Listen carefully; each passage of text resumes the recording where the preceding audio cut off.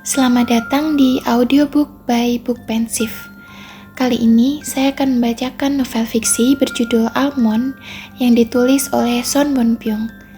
Audiobook ini dibuat untuk teman-teman yang tidak memiliki waktu untuk membaca buku, tapi tetap ingin membaca buku.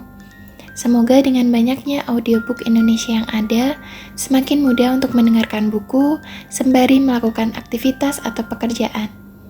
Namun jangan lupa untuk tetap membeli buku fisiknya ya. Selamat mendengarkan.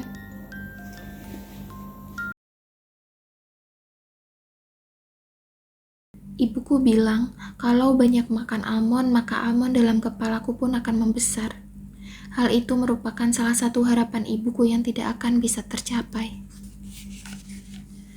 Setiap orang memiliki dua almond di dalam kepalanya. Letaknya jauh terbenam kokoh di antara belakang telinga hingga kepala. Bentuk dan besarnya pun sama seperti almond. Namanya amigdala. Karena dibilang mirip biji buah persik atau disebut juga sebagai almond. Sinar merah akan masuk ke almond jika mendapat rangsangan dari luar. Kau dapat merasakan rasa takut, kesal, senang, atau benci berdasarkan sifat rangsangan. Namun, sepertinya ada yang rusak dengan almond dalam kepalaku. Almond di kepalaku tidak menerima sinar merah walaupun sudah diberi rangsangan. Oleh karena itu, aku tidak tahu mengapa orang lain tertawa atau menangis. Aku tidak bisa merasakan dengan jelas apa itu rasa bahagia, sedih, cinta, dan takut. Bagiku kata emosi dan simpati hanyalah sebuah tulisan yang samar-samar. Dokter mendiagnosa bahwa aku terkena penyakit ketidakmampuan dalam mengungkapkan emosi atau dengan kata lain, alexitimia. Gejalanya terlalu dalam dan usiaku terlalu muda untuk menyelidiki sindrom Asperger. Selain itu, tidak ada masalah perkembangan lainnya dan tidak ada pula gejala autisme. Walaupun dikatakan ketidakmampuan dalam mengungkapkan emosi sebenarnya lebih kepada ketidakmampuan merasakan emosi. Orang-orang yang mengalami luka di area-area Broca dan area Wernicke sebagai pusat bahasa dalam otak tidak mampu berbicara dan memahami bahasa. Namun tidak demikian dengan penyakitku. Aku hanya tidak dapat merasakan emosi dan tidak bisa membaca emosi orang lain sehingga mengalami kebingungan dalam merespon emosi. Para dokter menyatakan penyakit ini disebabkan karena almond atau amigdala dalam kepalaku berukuran kecil dan jaringan komunikasi antara sistem limbik otak dan lobus frontal tidak lancar. Salah satu gejala yang muncul apabila amigdala berukuran kecil adalah tidak merasakan takut. Kalian mungkin saja berpikir bahwa aku anak yang pemberani. Ketakutan adalah sebuah emosi yang berasal dari naluri. Tidak merasakan takut bukanlah sebuah keberanian, tetapi bisa diandaikan seperti orang bodoh yang tetap diam walau diterjang serangan. Aku bahkan lebih tidak beruntung. Walaupun ada juga orang-orang yang tidak merasakan takut, namun jarang sekali ada orang yang tidak bisa merasakan semua emosi sepertiku. Hanya saja, aku masih bersyukur tidak diberikan kekurangan dalam hal kecerdasan, walaupun memiliki amigdala yang kecil. Dokter mengatakan bahwa setiap orang memiliki otak yang berbeda, sehingga mereka harus lebih memperhatikan kasus yang kualami. Di antaranya, mereka menawarkan usulan menarik padaku. Mereka mengatakan bahwa aku dapat melakukan peranan besar dalam melepas keajaiban otak yang masih belum terungkap. Para peneliti di rumah sakit universitas juga mengajukan permohonan agar aku dapat berpartisipasi dalam percobaan medis yang akan dilakukan padaku sampai aku tumbuh besar, kemudian membuat laporan kepada perkumpulan ilmiah hingga proyek jangka panjang. Mereka akan memberiku fasilitas berupa biaya partisipasi hingga dapat meletakkan namaku pada salah satu bagian di dalam otak, area Sonyunje, seperti area Broca dan area Wernicke.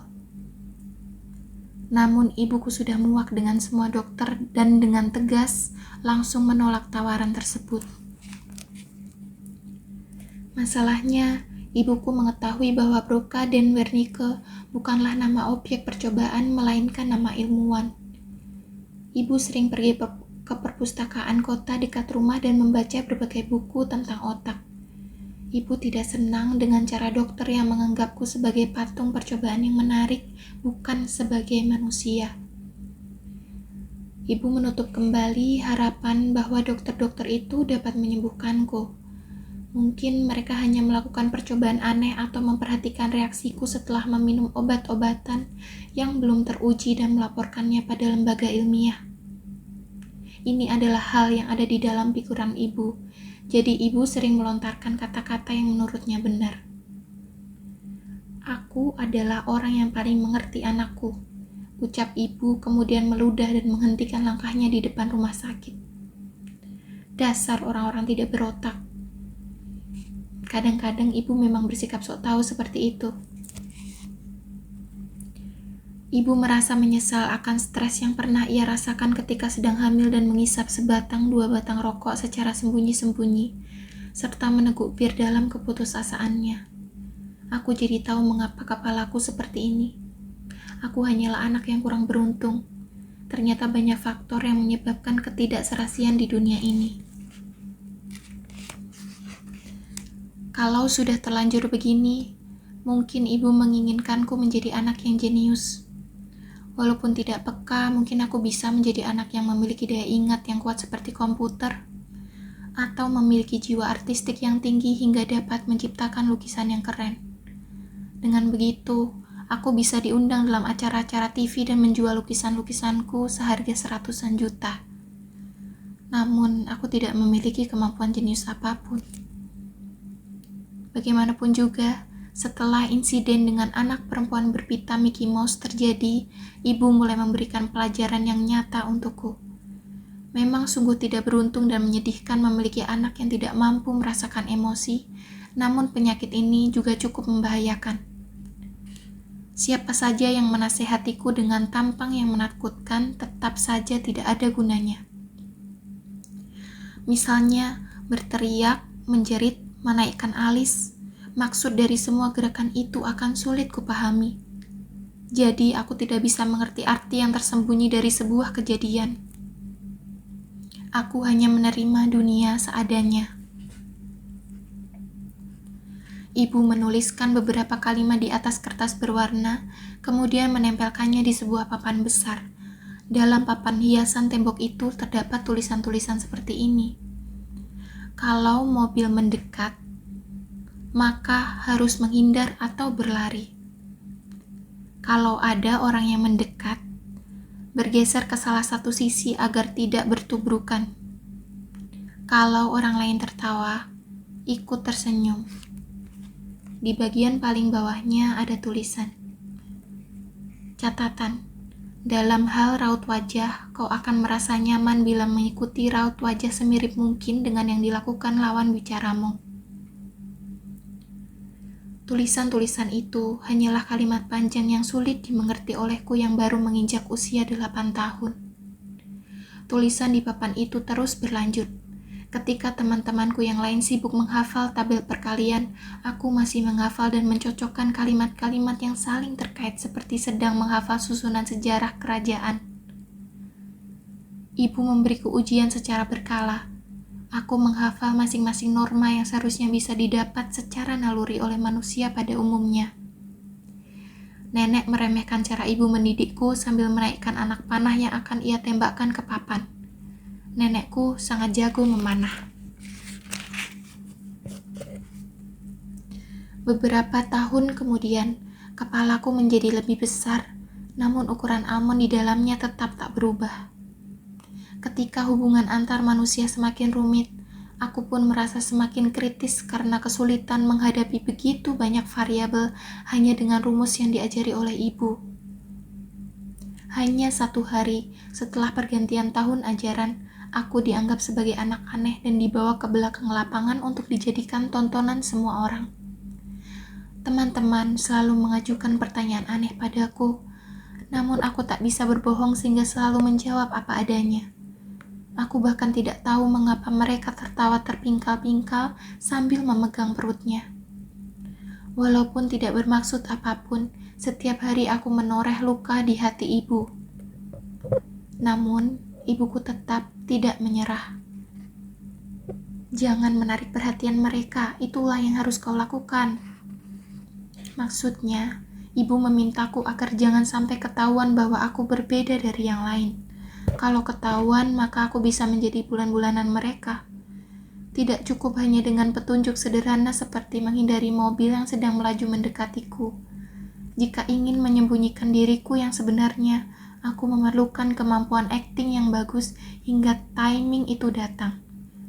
Ibu tidak pernah lelah dan terus menunjukkan kemampuan imajinasinya sampai pada level penulis naskah drama. Kini aku juga harus menghafal makna sebenarnya di balik ucapan lawan bicaraku dan niat baik yang terkandung dalam ucapanku.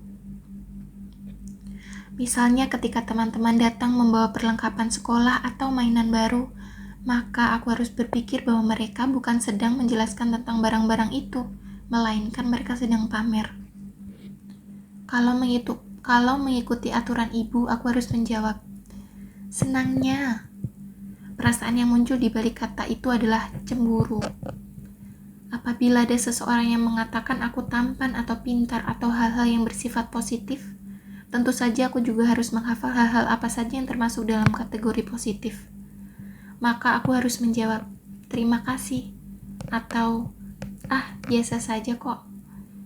Ibuku bilang bahwa terima kasih adalah jawaban yang bersifat formal, sedangkan biasa saja adalah jawaban yang menunjukkan suasana santai sehingga aku bisa kelihatan lebih keren. Tentu saja aku selalu memilih jawaban yang paling simpel. Ibu dikenal memiliki tulisan tangan yang buruk sehingga ia mencari huruf kanji he, ro, ai, rek, a, oh, yok. Artinya nama perasaan manusia dalam karakter Cina. Bahagia, marah, sedih, senang, cinta, benci, nafsu. Ibu mencari huruf itu di internet lalu mencetaknya dalam ukuran besar di kertas A4. Nenek langsung mengomel setelah melihat tingkah ibu. Nenek bilang bahwa segala sesuatu harus dilakukan atas dasar ketulusan hati. Walaupun begitu, ibu yang buta huruf kanji berusaha membuat kaligrafinya. Ibu kemudian menempelkan kaligrafi di setiap sudut rumah seperti pajangan moto keluarga atau jimat. Ibu menempelkan huruf H di atas rak sepatu, huruf I di pintu kulkas, dan huruf R di bawah kasur. Ibu menempel kertas-kertas itu di setiap tempat, namun khusus huruf-huruf yang bermakna negatif seperti kemarahan, kesedihan, dan kebencian ditempelnya di kamar mandi. Seiring berjalannya waktu, kelembapan toilet membuat kertas menjadi rusak dan huruf-huruf menjadi pudar. Nenek kemudian kembali menulis huruf-huruf itu dan menempelnya. Jadi pada akhirnya nenek menghafal huruf China dan membuat kaligrafinya dengan keren. Ibu bahkan membuat permainan kata menggunakan huruf kanji he, ro, ai, ra, oh, yo. Jika ibu menyajikan tema situasi, maka aku harus menyesuaikan emosinya. Emosi apa yang harus dirasakan ketika seseorang memberikan makanan yang enak kepada kita? Jawabannya adalah senang dan terima kasih. Bagaimana perasaan kita ketika seseorang telah menyakiti kita? Jawabannya marah. Begitulah cara yang dilakukan ibu. Aku pernah mengajukan pertanyaan pada ibuku tentang perasaannya jika seseorang memberinya makanan yang tidak enak. Ibu membutuhkan waktu beberapa lama sampai ia bisa menjawab pertanyaan yang di luar dugaannya. Setelah berpikir sejenak, ibu menjawab bahwa ia bisa saja merasa marah karena makanannya tidak enak. Aku pernah melihat ibu mengumpat di restoran karena menyediakan makanan yang tidak enak. Namun ibu bilang bahwa ada juga orang yang tetap merasa senang dan berterima kasih walau diberi makan yang tidak enak. Lagi-lagi nenek mengomel dan menyuruh ibu untuk tetap berterima kasih dan memakan makanannya. Waktu terus berlalu. Tak terasa usiaku sudah menjadi 2 angka. Ibu pun mulai tidak bisa menjawab pertanyaanku secara langsung dan kadang penuh ragu.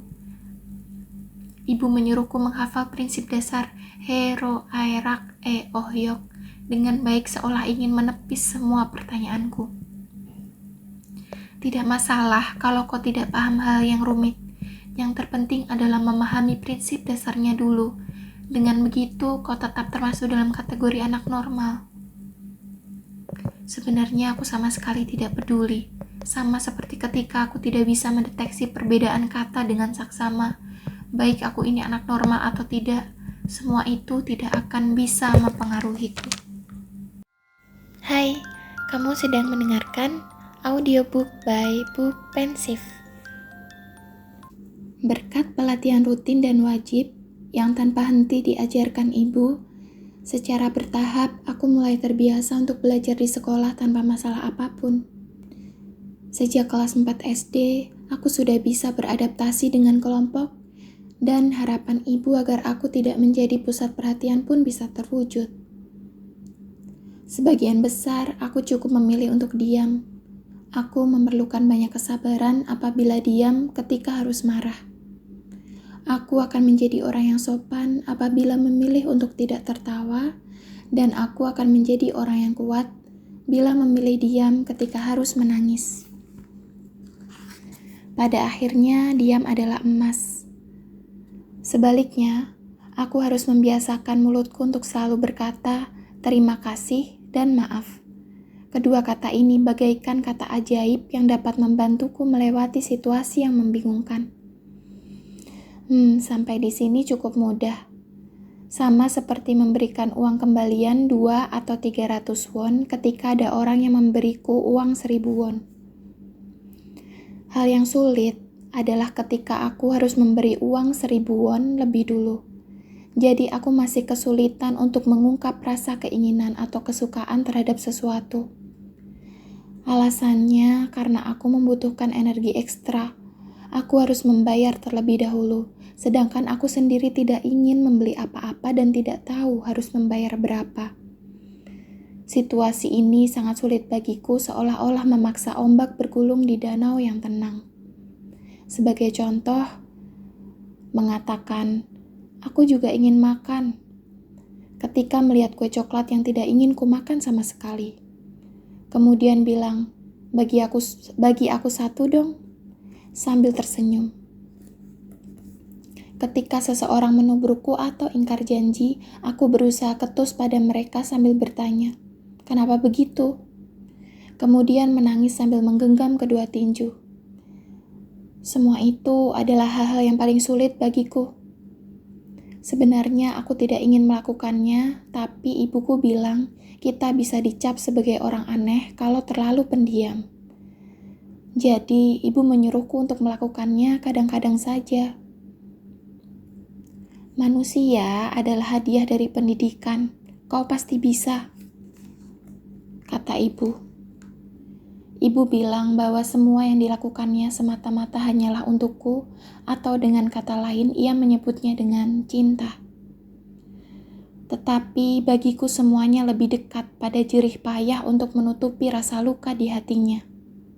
Menurut ibuku, cinta itu dilakukannya hanya dengan menangis dan menatapku sambil mengatur semua sikapku. Kalau itu yang dinamakan cinta, kurasa sebaiknya tidak usah memberi atau menerima cinta. Tentu saja, aku tidak berkata secara langsung pada ibu. Aku hanya menutup mulut berkat hafalanku tentang kepercayaan ibu bahwa perkataan yang terlalu jujur dapat melukai perasaan lawan bicara.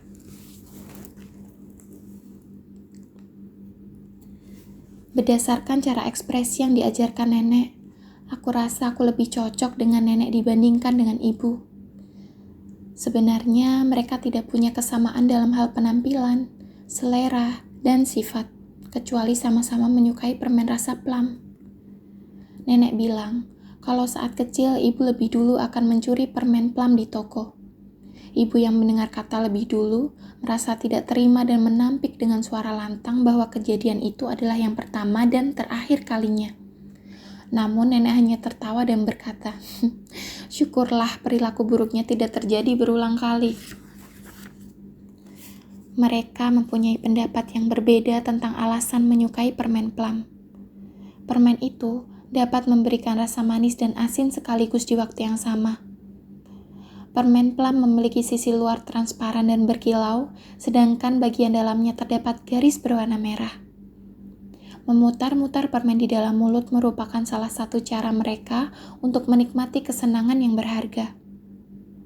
Bagian garis merah di permen itu meleleh dengan cepat, sehingga kalau permen digigit rasanya langsung menyebar di lidah. Ngomong-ngomong, aku sangat kagum karena rasa asin dan manis dalam permen itu dapat menyatu. Ujar nenek sambil memeluk bungkus permen ketika ibu mencari obat. Anehnya, aku tidak pernah bosan mendengar celotehan nenek walau sudah sering kudengar. Nenek adalah sosok yang tiba-tiba muncul dalam hidupku. Ibu dan nenek memutuskan hubungan mereka selama hampir 7 tahun, sampai akhirnya ibu yang sudah lelah dengan hidupnya kemudian meminta pertolongan nenek. Orang yang membuat hubungan mereka terputus tidak lain adalah ayahku. Kakek meninggal dunia ketika ibu masih di dalam kandungan. Nenek menghabiskan masa mudanya dengan melakukan segala hal agar ibu tidak dicap sebagai anak yatim. Semua hidupnya dikerahkan hanya demi anak. Beruntung, walau tidak begitu menonjol, anak perempuannya belajar dengan pintar dan berhasil masuk ke universitas wanita di Seoul. Entah mengapa, anak perempuan yang sudah dibesarkannya itu jatuh hati pada seorang gelandangan, sebutan dari nenek untuk ayah, yang menjual aksesoris di depan universitas. Mungkin gelandangan itu memasangkan salah satu cincin murahan jualannya untuk mengatakan cinta pada anak perempuan kesayangan nenek. Sebelum mati, nenek tidak mau memberikan restu kepada keduanya. Namun ibu menepis bahwa cinta itu bukanlah sesuatu yang dilakukan berdasarkan adanya restu atau tidak. Pada akhirnya, ibu menerima sebuah tamparan di wajahnya. Sebaliknya, ibu mengancam akan hamil apabila nenek terus menentang hubungan mereka. Tepat sebulan setelahnya, ancaman itu menjadi kenyataan. Nenek memberi ultimatum untuk tidak bertemu lagi apabila ibu tetap ingin melahirkan anaknya. Kemudian ibu pun melarikan diri dari rumah. Karena itulah hubungan nenek dan ibu sempat terputus sementara. Aku tidak pernah melihat ayahku. Aku hanya pernah melihatnya beberapa kali lewat lembaran foto. Ketika aku masih dalam kandungan, seorang pengendara yang sedang mabuk menabrak papan jualan ayahku. Saat itu juga ayahku kehilangan nyawanya. Hanya beberapa aksesoris warna-warni murahan saja yang tersisa. Semenjak kejadian itu, ibu semakin tidak bisa menghubungi nenek. Ibu tidak ingin kembali ke rumah membawa kesedihan setelah kabur mengejar cintanya. 7 tahun sudah berlalu. Ibu terus bertahan hingga ia tak sanggup menghadapinya dan tak sanggup mengatasi masalahku sendirian lagi.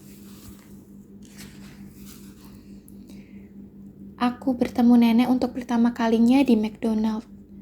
Tumben, hari itu ibu memesan 2 set burger yang tidak biasa dibelinya. Ia pun tidak menyentuhnya sama sekali.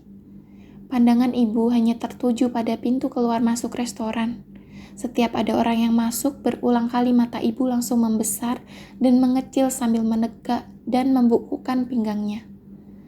Aku bertanya pada ibu dan ia hanya menjawab bahwa ia merasa sedikit takut dan lega. Akhirnya, ketika ibu sudah mulai lelah dan bersiap-siap untuk pergi, pintu restoran terbuka dengan angin yang berhembus ke dalam. Saat ibu menoleh, berdiri sosok wanita dengan pundak yang tegak dan tubuh yang besar. Wanita berambut putih itu mengenakan topi ungu dihiasi bulu-bulu. Sosoknya sangat mirip dengan tokoh Robin Hood yang pernah kulihat dalam buku dongeng. Wanita itu adalah nenekku. Nenek bertubuh besar. Aku tidak dapat menemukan kata yang tepat untuk mengekspresikan sosok nenek selain kata besar. Tubuh nenek bagaikan pohon ek besar yang tidak pernah mati. Tubuh, suara, bahkan bayangannya pun sangat besar.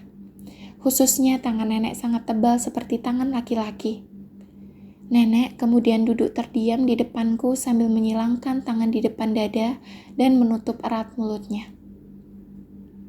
Ibu bergumam sambil memejamkan matanya seperti sedang bingung harus berkata apa. Kemudian nenek memberi perintah dengan suaranya yang besar. "Ayo makan dulu." Dengan terpaksa, ibu langsung melahap burger yang sudah mendingin. Tidak ada perbincangan apapun antara ibu dan anak hingga kentang goreng terakhir habis. Aku terus menunggu situasi selanjutnya sambil menjilati bumbu dan sisa-sisa kentang yang ada di atas nampan plastik. Di depan nenek, ibu hanya bisa terdiam sambil melihat ujung sepatunya. Ketika tidak ada lagi sisa-sisa kentang yang bisa kumakan, barulah ibu bersuara sambil meletakkan kedua tangannya di atas pundakku. "Ini dia." Nenek menarik napas panjang lalu ia menyandarkan punggungnya ke senderan kursi sambil mendesah. Nantinya aku bertanya pada nenek apa arti dari Hung dan nenek bilang maksudnya, "Hidup yang benar dasar wanita busuk." Nenek berteriak sampai terdengar di setiap sudut restoran. "Anak yang tampan." Semua orang menengok ke arah kami dan ibu mulai menangis. Ibu menceritakan semua kisah hidupnya selama beberapa tahun terakhir yang penuh kesengsaraan, dari awal hingga akhir. Aku hanya mendengar suara isak tangis dan buangan ingusnya. Namun sepertinya nenek memahami segala keluh kesah ibu. Tanpa disadari, nenek melepaskan tangannya yang menyilang di dada dan meletakkannya di atas lutut. Kemudian cahaya yang bersinar di wajahnya pun memudar. Selama ibu menceritakan tentang diriku, raut wajah nenek menjadi mirip seperti raut wajah ibu. Nenek sempat terdiam lama setelah ibu selesai bercerita, lalu raut wajahnya tiba-tiba berubah.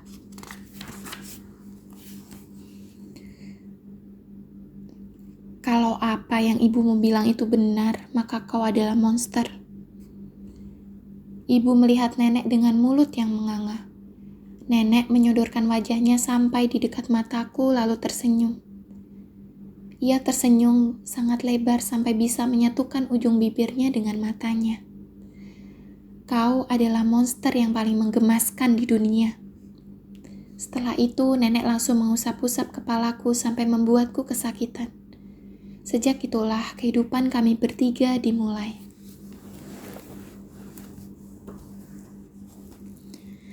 Setelah tinggal dengan nenek, ibu memilih untuk melakukan pekerjaan barunya sebagai penjual buku bekas.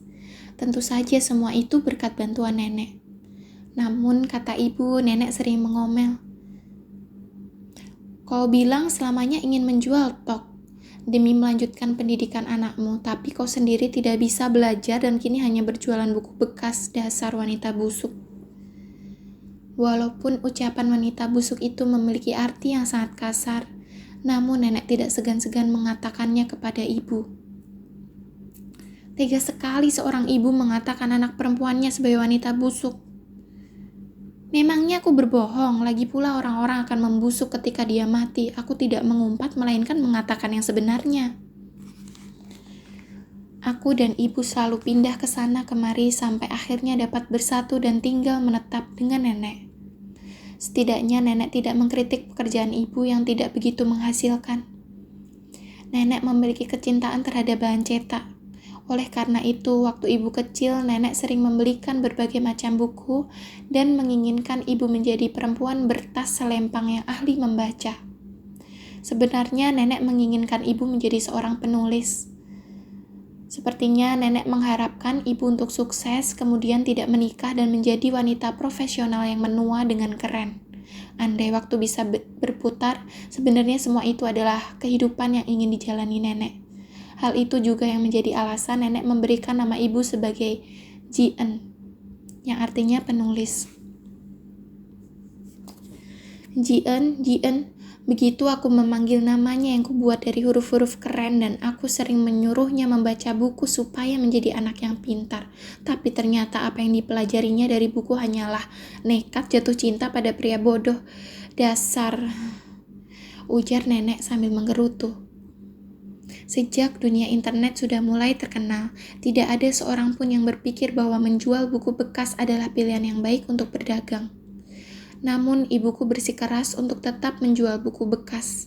Berjualan buku bekas adalah salah satu rencana realistis yang paling tidak realistis sama sekali.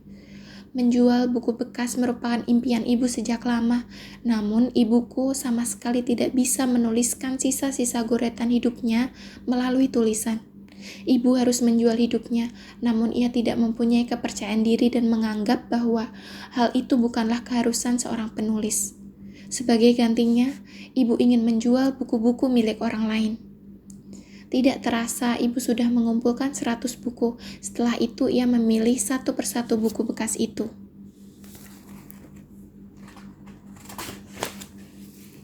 Ibu membuka toko di gedung perumahan daerah Suyudong. Daerah yang banyak dihuni penduduk itu juga masih dikenal dengan Suyuri. Aku tidak yakin apakah ada orang yang rela datang ke sana untuk membeli buku bekas, tapi ibu tetap percaya diri. Ibu memiliki penilaian luar biasa terhadap buku-buku pilihannya dan mengetahui cara agar para pemburu harga murah dapat memborong buku-buku yang bagus. Rumah kami berada di belakang toko. Rumah itu terdiri dari 2 kamar, ruang tamu dan kamar mandi tanpa bak mandi. Rumah itu sangat cukup dihuni kami bertiga. Kami bisa menyambut tamu yang datang ketika kami tertidur atau kalau enggan menerima tamu, tinggal kunci pintu saja. Di atas jendela kaca yang berkilau terdapat tempelan bertuliskan toko buku bekas dan papan bertuliskan toko buku Jien. Malam hari sebelum membuka toko, ibu mengelap debu-debu sambil tersenyum. Sekarang aku tidak mau pindah lagi. Ini adalah rumahku. Ucapan ibuku pun menjadi kenyataan. Walaupun nenek sering menggerutu karena pekerjaan ibu itu langka, tetapi buku-buku itu bisa terjual dan cukup memenuhi kebutuhan kami. Aku juga merasa nyaman tinggal di sini. Mungkin kata orang bisa berarti suka atau senang, tetapi kata nyaman adalah kata maksimal yang bisa kugunakan. Intinya, aku sudah terbiasa mencium bau buku-buku bekas itu. Sejak pertama kali mencium baunya, aku selalu membuka buku dan menciumi baunya sampai nenekku sering mengomel, untuk apa aku mencium buku-buku bekas itu. Dalam sekejap, buku-buku itu dapat membawaku ke tempat yang tidak bisa kujangkau. Aku bisa melihat pengakuan cinta seorang pria terhadap wanita yang tidak bisa ditemuinya. Aku juga melihat kehidupan orang yang tidak bisa diamati, semua emosi yang tidak bisa kurasakan, dan kejadian yang tidak bisa kualami secara diam-diam dimuat di dalamnya. Berbeda sekali dengan tayangan yang ada di TV atau film. Dunia dalam film, drama atau manga sangatlah spesifik sehingga aku tidak bisa ikut campur dalam ceritanya. Cerita dalam video sama seperti apa yang direkam atau digambarkan. Sebagai contoh, sebuah kalimat dalam buku. Seorang wanita berambut kuning duduk dengan menyilangkan salah satu kakinya di atas bantal berwarna coklat di rumah persegi 6-nya. Sedangkan dalam video atau gambar akan memperlihatkan juga kulit, raut wajah, hingga panjang kuku wanita itu. Tidak ada yang bisa kuubah dalam dunia itu.